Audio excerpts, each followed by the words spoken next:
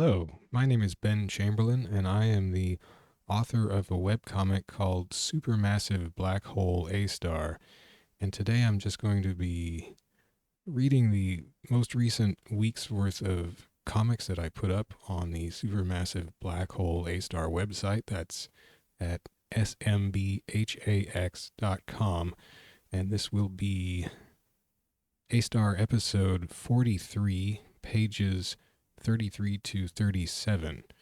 And I'll give a little bit of the story to this point so you can kind of catch up with what's going on.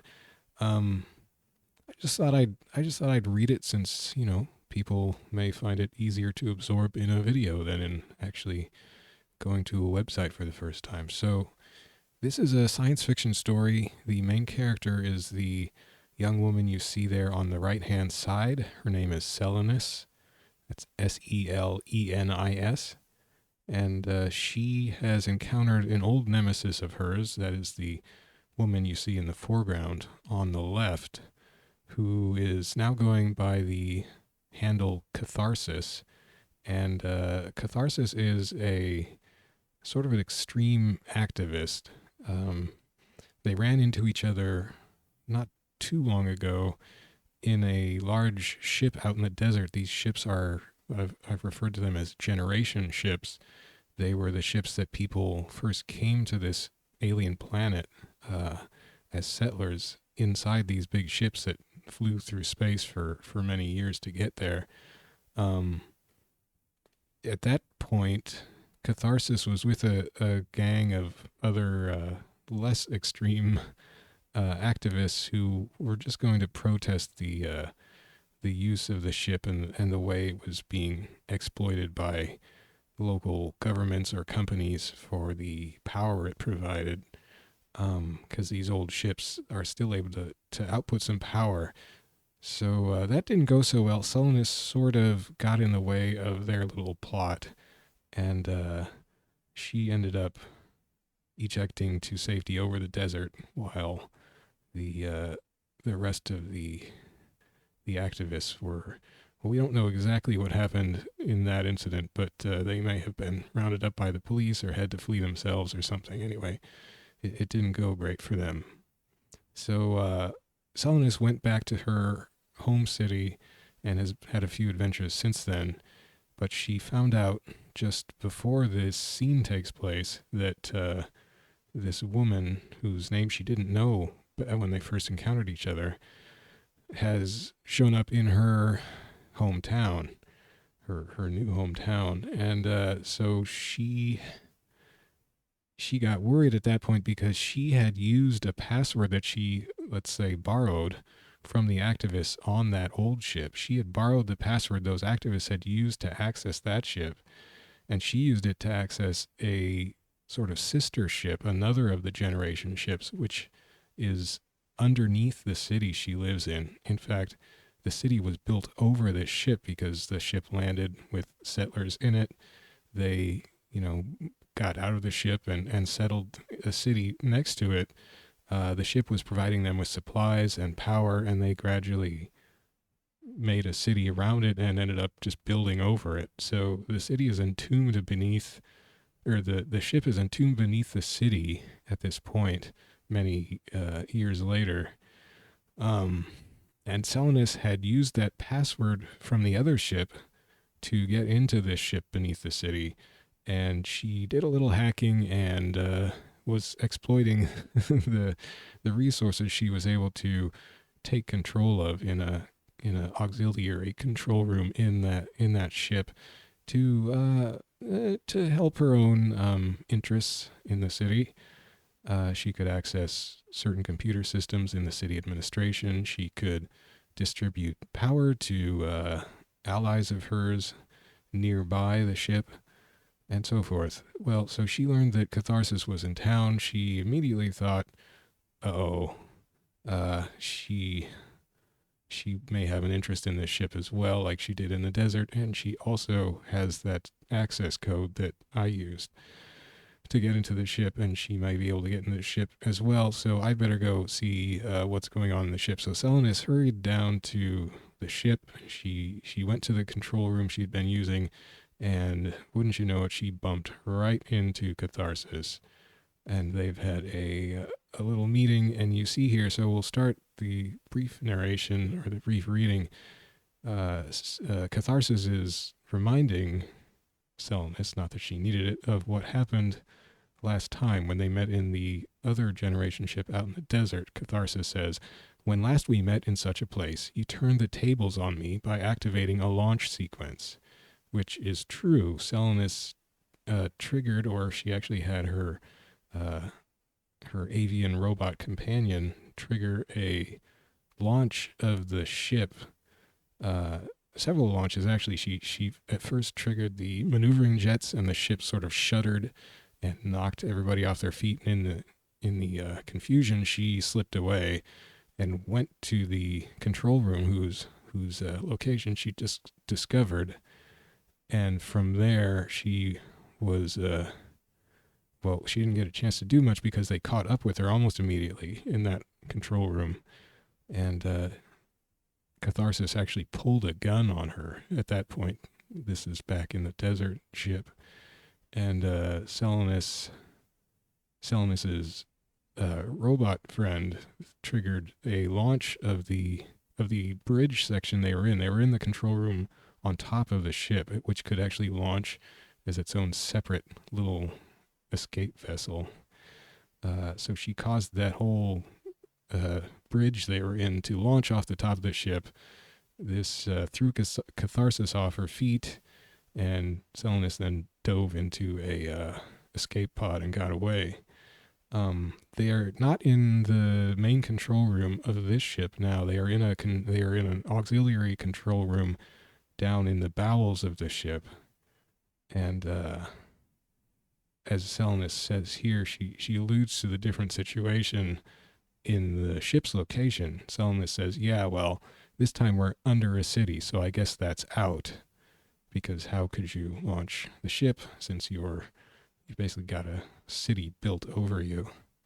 And if you see the little Selenus is wearing a backpack.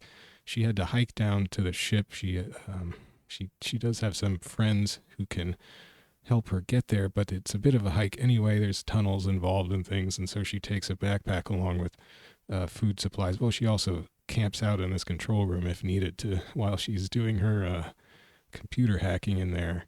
So she's got supplies like food and maybe some toiletries and things. And so she's got a backpack on. You can see a little round bump with a little dot in it near the top of the silhouette of her backpack, though.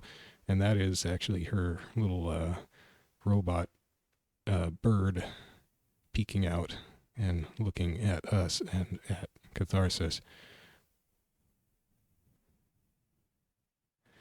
So the next page, page 34, Catharsis is, she doesn't seem that happy with that response from Selenus. I'm not sure, we can't be sure what she expected from Selenus at this point, but it's a bit hard to read Catharsis so far. But anyway, Catharsis says, "You disappoint me.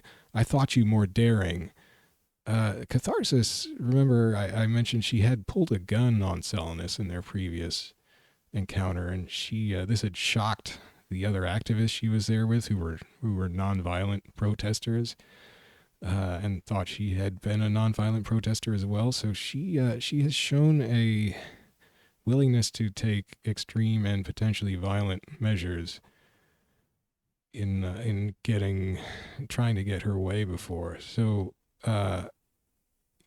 perhaps from what she's saying here, she admired Selenus, who bested her in that previous encounter through some trickery and some physical means herself. So here Selenus, though, seems to be saying that, well, I'm out of ideas, although if we know Selenus, we can maybe imagine that Selenus is actually looking around for a way to resolve or escape this rather uncomfortable situation. Anyway, so Catharsis is kind of getting worked up here, and we're wondering what exactly is Catharsis's plan in this ship. You can see all these control room monitors and consoles packed around her. Catharsis goes on before Selenus could reply, if Selenus even wanted to reply. Catharsis spins around to one of the consoles, and it's not clear if this is a voice command or if she's narrating what she's typing with an outstretched arm into a computer console. But she's saying, and this is admittedly over the top Star Trek style vocabulary that I indulged myself in. Catharsis says, "Safety protocol Omega override. Activate immediate full ship launch." So that sounds serious, I guess. I was, aside from it being a little silly in old science fiction television terms, perhaps. But so immediate full ship launch is apparently what Catharsis is after at this point. Now, Selenus never did a full launch of the ship in the desert. She fired some of the maneuvering jets, and then she launched the control room itself off the top of the ship. But the full ship, which is huge, it's, I don't know, the length, longer than a football field, I think. The full ship itself never actually tried to achieve liftoff. And these ships, you know, they flew to this planet. They had enough fuel and thruster power to come to a reasonably soft landing on the surface. But we can imagine that these huge ships were probably not built for a planetary liftoff. They were probably constructed in space, in microgravity, and then, you know, traveled between solar systems to get to this other planet, and then were able to land with firing retro rockets. But you need a lot more thrust for a takeoff. So it was questionable whether the ship could even have taken off, especially since it is now extremely old, probably fairly low on fuel, and but that it does not seem to be dissuading. Considerations such as those don't seem to be dissuading Catharsis. She is determined that this ship is going to take off. She has overridden any safety protocols that might have stopped it from doing so, because obviously it's buried beneath the city. So normally you would not take off under that condition, or even try to. Selenus realizes that this is a problem. Selenus says, "Stop, the ship will tear itself apart." Catharsis says no. She says, "The sequence has begun. Nothing can stop it now." So Catharsis seems to have committed the ship to this extremely dangerous maneuver. We can imagine it is going to fire whatever takeoff thrusters it can fire to lift off out of the planetary gravity. Doing this while beneath a city is probably not going to be great for the people who are living in the city right now, right above the ship. And it might not be very good for the people inside the ship or the ship itself. So that is what Selenus is concerned about. Catharsis doesn't seem... Well, you can't really tell her. She may have mixed feelings about what she's just done, but she has decided that this is what she has to do, apparently. And here we get a little more from her on that. She's saying, "It's the final test, our birthright ship versus the corrupt fungus of a city leeching from it." So she's getting a little political, I suppose. She's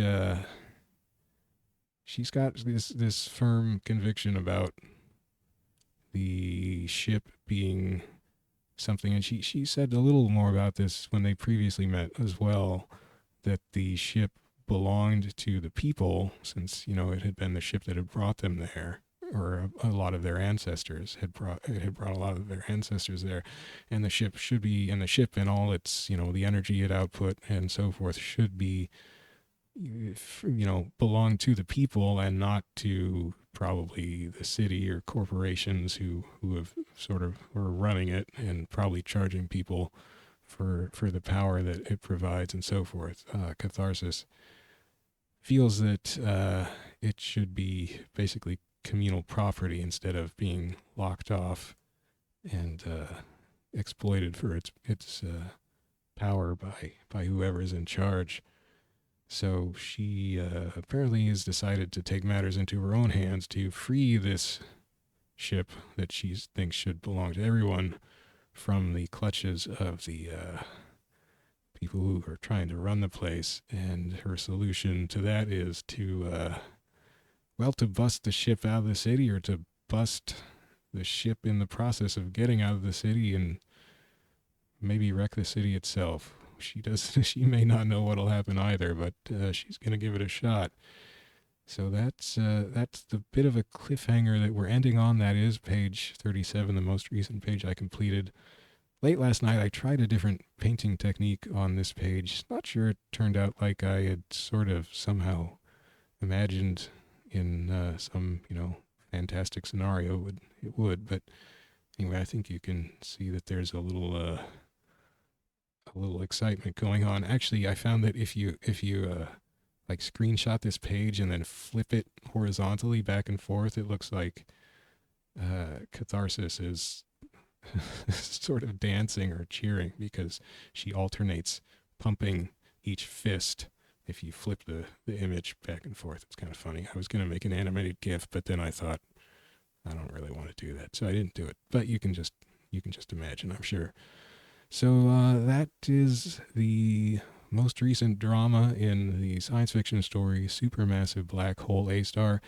There are 43 episodes. This is the 43rd episode. We're sort of still in the early stages of episode 43. Episodes tend to be, I don't know, well, anywhere between 50 to 100, sometimes a little more than 100 pages. Each page is just a single panel, like you see here. Each of these is a panel, and each of these is a page. So,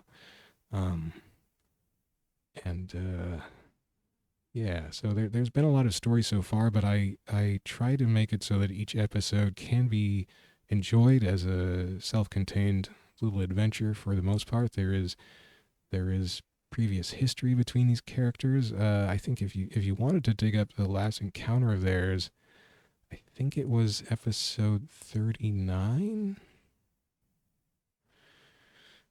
And this silhouette you can just barely see there is episode 39. That's where they met each other before. That is her avian companion. Well, I don't want to spoil the previous encounter for you. But you can see there kind of the size of that other ship in the desert, and what went down on their previous meeting.